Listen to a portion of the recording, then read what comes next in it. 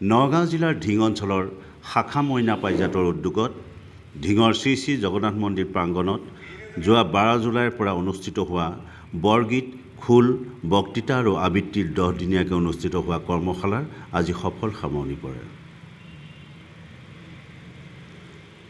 সামৰণি অনুষ্ঠানত শিক্ষক প্ৰেমেশ্বৰ ঠাকুৰীয়া, শ্ৰী শ্ৰী জগন্নাথ মন্দিৰ পৰিচালনা সমিতিৰ সম্পাদক প্ৰফুল্ল বৰা, ঢিং শতদল শাখা সাহিত্য সভাৰ উপসভাপতি শশধৰ দেৱনাথৰ লগতে প্ৰশিক্ষকসকল উপস্থিত থাকি প্ৰশিক্ষাৰ্থীসকলক উদ্দেশ্যে ভাষণ প্ৰদান কৰে।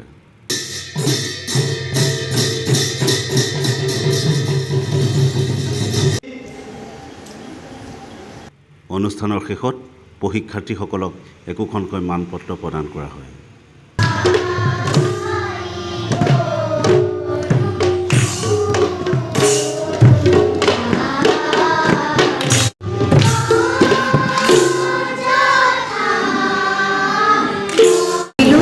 যে আধুনিক নৃত্যই হওক বা আধুনিক গীতেই হওক এইবোৰ খুব সহজতে ল'ৰা ছোৱালীয়ে আয়ত্ত কৰিব পাৰে বিভিন্ন মাধ্যমৰ যোগেদি, দূৰদৰ্শনেই হওক বা মোবাইলেই হওক। কিন্তু বৰগীত খোল বক্তৃতা আৰু আবৃত্তিৰ চৰ্চাটো আমাৰ মাজত খুব কম হয়, যিহেতু আমি সকলোৱে জানো যে আজিৰ মইনা কাইলৈ দেশৰ ভৱিষ্যত।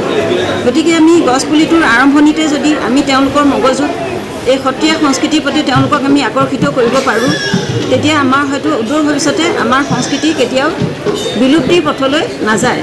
সেয়াকে চিন্তা কৰি আমি ঢিঙৰ সমূহ মইনা পাৰিজাত কেইটাই লগ লাগি পেলাই আমি এই 10 দিনীয়া কৰ্মশালাৰ আয়োজন কৰিলোঁ।